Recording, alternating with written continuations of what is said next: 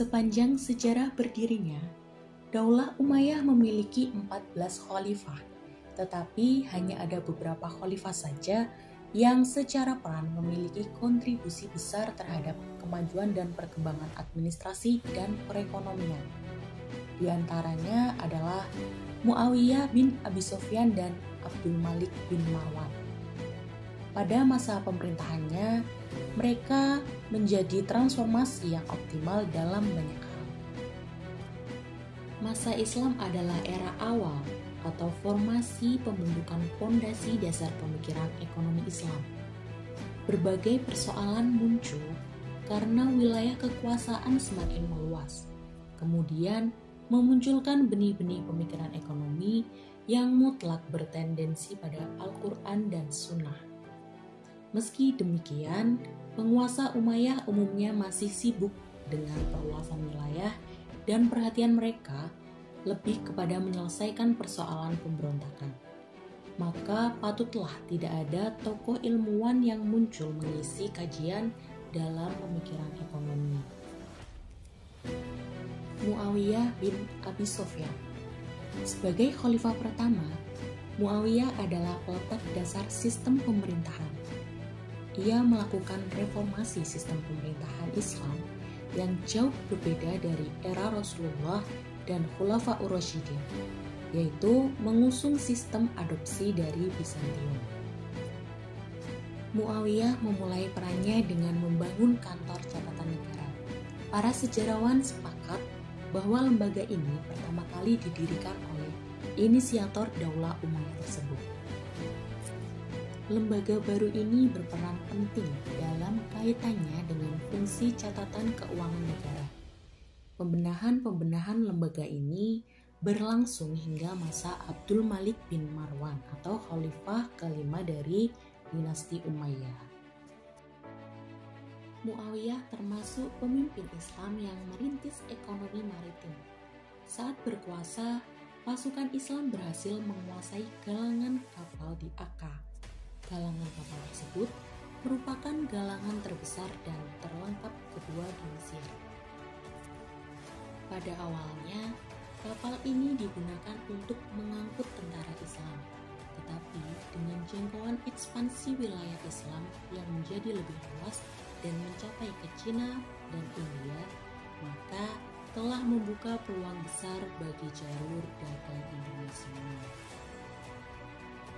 Dalam rangka mengembangkan kualitas lembaga negara, ia mengeluarkan kebijakan pemberian gaji tetap kepada tentara, membangun armada laut, serta mengembangkan birokrasi seperti lembaga pengumpulan pajak dan administrasi politik. Dalam hal kebijakan pajak, Muawiyah menarik pendapatan tahunan dari kaum muslimin sebesar 2,5%, yang nilai pajak ini sama dengan nilai pajak penghasilan di zaman modern pada saat ini. Yang kedua adalah pada masa Abdul Malik bin Marwan. Masa pemerintahan Abdul Malik, kesejahteraan Daulah Umayyah mengalami kemajuan yang signifikan. Hal itu karena teraturnya pengelolaan pendapatan negara, perkembangan perdagangan dan perekonomian didukung dengan terjaminnya keamanan dan ketertiban membawa masyarakat pada taraf kemakmuran. Pada masa inilah kegiatan awal penerjemahan dimulai, yaitu lewat penerjemahan naskah-naskah dari Persia dan ekspedisi ke berbagai negara. Pada masa pemerintahannya, Abdul Malik mengeluarkan beberapa kebijakan. Di antara kebijakan-kebijakan tersebut adalah yang pertama, penerbitan mata uang. Perkembangan teknologi pada masa Daulah Umayyah cukup maju. Hal tersebut terbukti pada tahun 693 Masehi, Abdul Malik menerbitkan mata uang logam. Pemerintah melakukan kontrol dan manajemen secara langsung terhadap perputaran uang tersebut. Persaingan ekonomi antara Daulah Umayyah dengan Romawi adalah alasan yang masuk akal mengapa penerbitan mata uang ini dilakukan. Tidak hanya bernilai ekonomi, mata uang baru juga merupakan simbol kedaulatan dan kemandirian ekonomi negara Islam. Kebijakan yang kedua adalah lembaga pos atau yang biasa disebut dengan Diwan Al-Barid. Lembaga ini memiliki tugas pokok untuk menghubungkan khalifah dengan para gubernur di provinsi-provinsi wilayah Daulah Umayyah. Di sisi lain, lembaga ini juga mempunyai peran penting untuk mempercepat laju informasi kepada pimpinan dengan tujuan agar berbagai permasalahan bisa segera diketahui dan diselesaikan oleh khalifah, termasuk juga berita dari provinsi satu ke provinsi yang lain. Kebijakan yang ketiga yaitu pembatasan urbanisasi. Untuk menjaga kestabilan raca keuangan, Abdul Malik memberikan kebijakan pembatasan urbanisasi.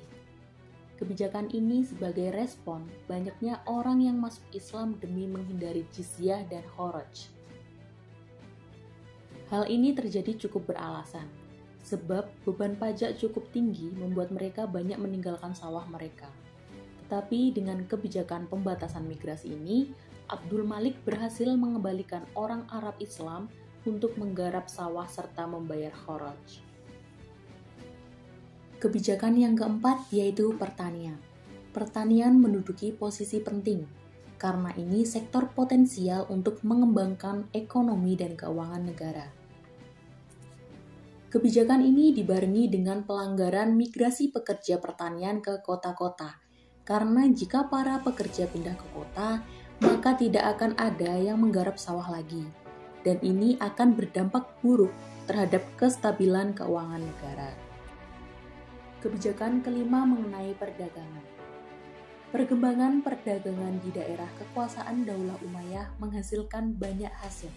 Buktinya adalah hasil penerimaan pajak tanah dan hasil-hasil pajak yang lainnya di wilayah Syam tercatat 1.730 dinar dalam setahun, sehingga surplus hasil pajak yang didapat menambah pundi-pundi kekayaan Daulah Umayyah. Kebijakan yang keenam adalah kharaj dan zakat. Khalifah membebaskan rakyat muslim dari pajak dan hanya membayar zakat. Karena ingin terhindar dari beban pajak, banyak orang yang berbondong-bondong untuk masuk Islam. Namun, khalifah mampu mengatasinya dengan mengeluarkan aturan, sehingga para non-muslim tetap membayar pajak sebesar kharaj dan jizyah. Selanjutnya adalah dinasti Umayyah pada masa kepemimpinan Umar bin Abdul Aziz.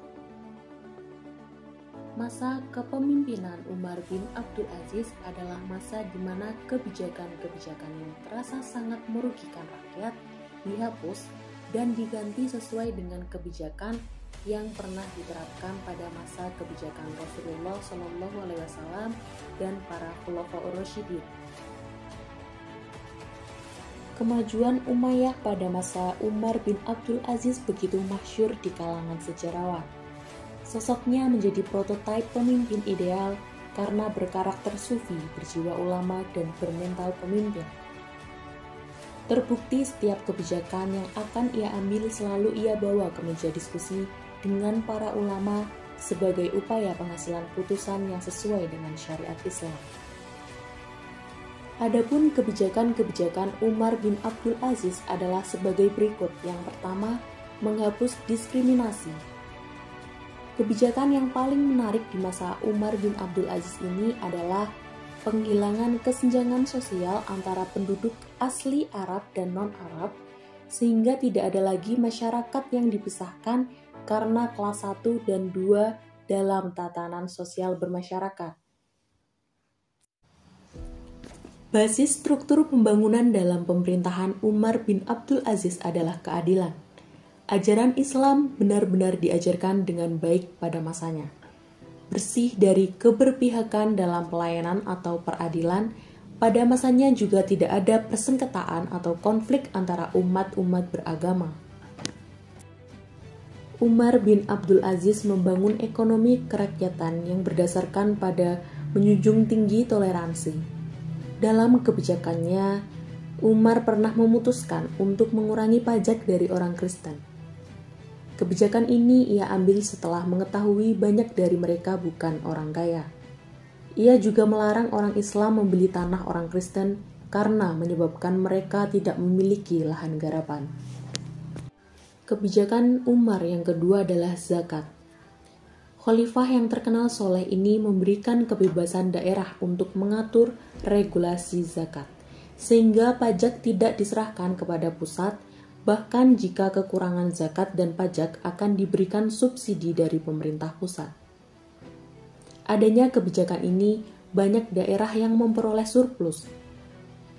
Umar menyarankan kepada daerah yang sejahtera mengirim bantuan untuk daerah yang masih tergolong kurang, sehingga pemerataan pembangunan tercapai dengan baik.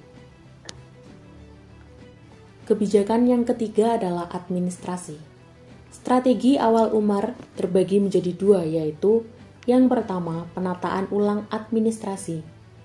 Hal ini merupakan bagian vital karena ia menyadari betapa pentingnya menjamin kesehatan sistem sebagai upaya menghasilkan kebijakan yang proporsional dan tepat sasaran sesuai dengan tuntutan agama. Umar mengatur para penguasa dan pejabat daerah dengan netral, adil, memberikan kesamaan hak dan kewajiban kepada orang-orang tersebut, di mana para pejabat yang zalim, korup, tidak pro rakyat akan dipecat tanpa pandang bulu. Strategi selanjutnya yaitu reformasi pengelolaan harta negara. Masa Daulah Umayyah penuh dengan konflik sekte dan golongan. Persoalan sosial politik ini menyebabkan pengelola keuangan publik mengalami degradasi. Belum lagi pengelola yang kurang kompeten menyebabkan kezaliman dalam pengelolaan kas negara. Adapun manajemen terhadap kekayaan negara diimplementasikan dalam regulasi tanah, pertanian, jizyah, kharaj, zakat, perdagangan, dan lain-lain.